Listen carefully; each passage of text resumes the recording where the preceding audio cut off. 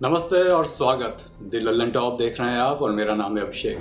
Corona virus के खिलाफ front warriors में पुलिस और मेडिकल स्टाफ का नाम बड़ी दमदारी से लिया जाता है, लेकिन इतनी ही दमदारी से नाम सामने रखने के हकदार हैं हमारे सफाई कर्मी और सैनिटेशन के काम से जुड़े तमाम अन्य वर्कर। ये लोग हमारे घर से लेकर हॉस्पिटल तक का कचरा साफ करते हैं। कई लोग सिर्फ कचरा नहीं उठाते बल्कि इसके प्रबंधन के काम से जुड़े हैं। द लल्लन टॉप लगातार इस बीच ऐसे लोगों से बात करता आ रहा है जो किसी न किसी तरह से कोरोना वायरस के खिलाफ लड़ाई में योगदान दे रहे हैं। इस बार हमने बात की सैनिटेशन वर्कर्स से। बातचीत कुछ कॉमन सवालों के इर्द गिर्द रही, जैसे कि पहचान और परिवार, कब से काम कर रहे हैं, कितना काम किया, आमदनी क्या है, इस वक्त के जोखिम क्या हैं, और एक कचरे वाले के तौर पर, कचरा वाला जो इस समाज नाम दे देता है, उसके तौर पर उनके अनुभव। हमारी इन बातों में पहला किरदार हैं बीना। बीना सफाई कर्मचारी हैं, देहरादून में रहती हैं। शुरू से देहरादून में ही, उत्तराखंड में ही रहती आई हैं। बीना 24 साल से साफ सफाई का काम कर रही हैं। 3 बेटियां हैं उनकी, तीनों की शादी हो चुकी है। ये वक्त तो किसी तरह निकल जाएगा, लेकिन बीना को चिंता है आने वाले वक्त की। हमसे बात करते हुए वो कहती हैं कि घर पर बात होती है कि क्या ये हमेशा ऐसा ही रहेगा। घर में मेरे बूढ़े सास ससुर हैं, देवर देवरानी के छोटे बच्चे हैं। मैं तो दिन भर गंदगी के बीच रहती हूँ। वापस आकर घर में पैर रखते डर लगता है कि कहीं मेरी वजह से कुछ गड़बड़ ना हो जाए, लेकिन काम भी नहीं रोक सकते। एक कॉलेज का काम था मेरे पास, मार्च से वो भी बंद है। अब तो बस फुटकर काम का ही सहारा है। बीना जिस कॉलेज में सफाई करती थी वहां से करीब उन्हें 7,000 रुपये मिलते थे। अभी तनख्वाह रुकी नहीं है उनकी, लेकिन कहती हैं कि जिस तरह से ये मुश्किल का दौर खिंचता जा रहा है, अब उन्हें डर लग रहा है। क्या सफाई वालों को समाज ने फ्रंट वॉरियर मान लिया है? क्या कुछ बदला है? ये हमने सवाल करा तो बीना कहती हैं कि ये सारी बातें, फ्रंट वॉरियर वगैरह, तो डॉक्टरों के लिए ही सही है। बाकी सफाई वालों को लेकर अंतर तो बड़े लोगों में रहता ही है। कॉलेज में काम करने के नाते काफी वक्त नई उम्र के बच्चों के बीच बिताती हूँ। वो तो दोस्त की तरह ही कई बार बात करते हैं। हीन भावना तो बड़ों से मिलकर होती है। अगला किरदार जिनसे हमने बात की वो हैं मंजीर। मंजीर भी सफाई कर्मचारी हैं, वाराणसी में काम करते हैं। वाराणसी की साफ सफाई उसके एक इलाके ही देखते हैं। कहते हैं कि आप बताओ, कोरोना के जितने भी केस आ रहे हैं वो इंसान की खुद की गड़बड़ी से आ रहे कि नहीं आ रहे? कहीं से ऐसा आया क्या कि वहां पर कचरा पड़ा था, इन्फेक्शन हो गया? हमें बुरा लगता है जब कोई कहता है कि हमारे शहर से वायरस फैल रहा है। कुछ लोगों की नासमझी की वजह से पूरे शहर में दिक्कत हो गई। मंजीर बनारस में 80 घाट और उसके आसपास के कुछ क्षेत्र में साफ सफाई का काम देखते हैं। करीब 4-5 साल से महीने का 5 से 6 हज़ार रुपये निकाल लेते हैं।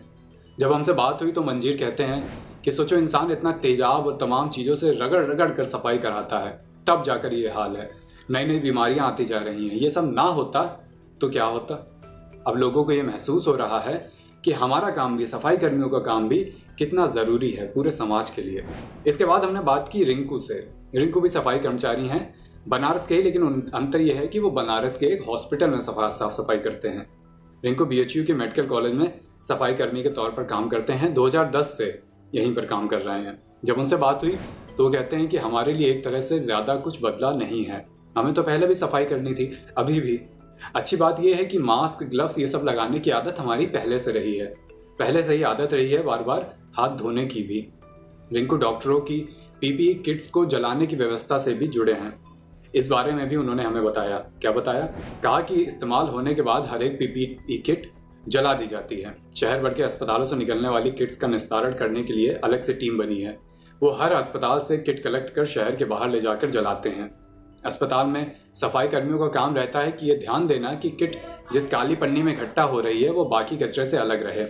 इस्तेमाल हो चुकी किट्स के अस्पताल से चले जाने तक कोई दिक्कत ना हो। बाकी इसे हटाने का काम वही टीम करती है जो जलाती है। इसके बाद हमने भोपाल के कन्हैया कुमार से बात की। कन्हैया भोपाल में सफाई कर्मियों के सुपरवाइजर के तौर पर काम देखते हैं। कन्हैया कुमार मध्य प्रदेश की राजधानी भोपाल में डोर टू डोर कचरा कलेक्शन करने वाली गाड़ियों के भी सुपरविजन का काम करते हैं। इनसे हमें बात करने के बाद मोटा मोटा ये आइडिया मिला कि सफाई का सिस्टम पूरा किस तरह से काम करता है। कन्हैया ने हमसे बात की। द लल्लन टॉप को बताया कि सफाई और सैनिटाइजेशन की व्यवस्था वार्ड बेसिस पर बनती है। फिलहाल ऑन एन एवरेज एक वार्ड में 7 से 8 लड़के हैं। कोई वार्ड बड़ा है तो 10 भी हो सकते हैं। 6, 7, 8 गाड़ियां एक वार्ड में रहती हैं कचरा उठाने वाली। इस वक्त एक एक पिकअप गाड़ी भी बढ़ाई गई है सैनिटेशन के लिए। लड़कों की सैलरी 5 से 6 हज़ार रुपये तक रहती है। रोज का रोज पेमेंट रहता है। इस वक्त सबके पास मास्क और ग्लव्स उपलब्ध हैं। सैनिटेशन का काम कैसे हो रहा है इस पर कन्हैया कुमार हमें बताते हैं कि दवा तो हम नगर निगम का जो दफ्तर है, मेन ऑफिस, वहां से उठाते हैं। जिन वार्ड में कोई पॉजिटिव केस आया है वहां 1 या 2 लड़के दवा छिड़काव के लिए अलग से रखे हैं।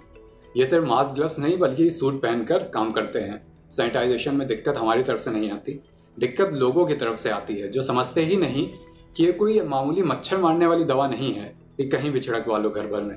कहते हैं कि हमारे कमरे में, किचन में सैनिटाइज कर दो, ऐसा लोग कहते हैं। बड़ी मुश्किल से उन्हें समझाना पड़ता है कि यह दवा ऐसी नहीं है कि घर के अंदर अंदर कहीं भी छिड़क वाली जाए।